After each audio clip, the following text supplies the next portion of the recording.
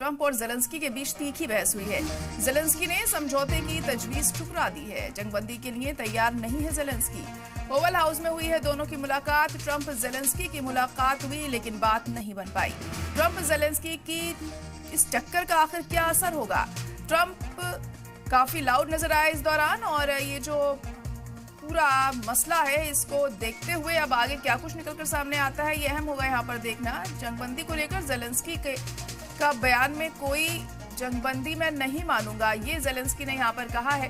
तो बड़ी और अहम खबर इस वक्त आपको बता रहे हैं कि ओवल हाउस में दोनों की मुलाकात हुई है। जेलेंस्की और ट्रंप के बीच तीखी बहस देखने को मिली है और दोनों के बीच एक राय कायम नहीं हो पाई, जिसके चलते काफी गतिरोध जैसे हालात उस वक्त वहां पर बन गए। तो जंगबंदी को लेकर ये बातचीत की जा रही थी लेकिन इसका कोई हल नहीं निकल सका है और उल्टा दोनों के बीच में जो मनमुटाव था वो काफी बढ़ता हुआ यहाँ दिखाई दिया। लेकिन अब इस टक्कर का क्या असर होगा और जंगबंदी को लेकर क्या कोई बड़ा फैसला ऐसे में लिया जाएगा आने वाले दिनों में, इस पर सबकी नजरें टिकी होंगी। लेकिन फिलहाल इस बहस के बाद तमाम तरह के कयास लगाए जा रहे हैं और जो रिएक्शन है वो भी अब आना शुरू हो चुके हैं तमाम ममालिक का, और क्या कुछ रद्द अमल इसको लेकर होता है आने वाले दिनों में ये बहुत अहम होगा यहाँ पर देखना।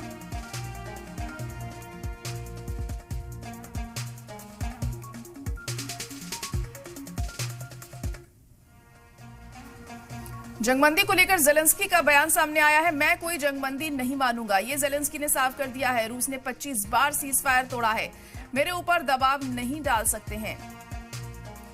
ट्रंप पुतिन की जुबान बोल रहे हैं, ये जेलेंस्की ने कहा है यहाँ पर।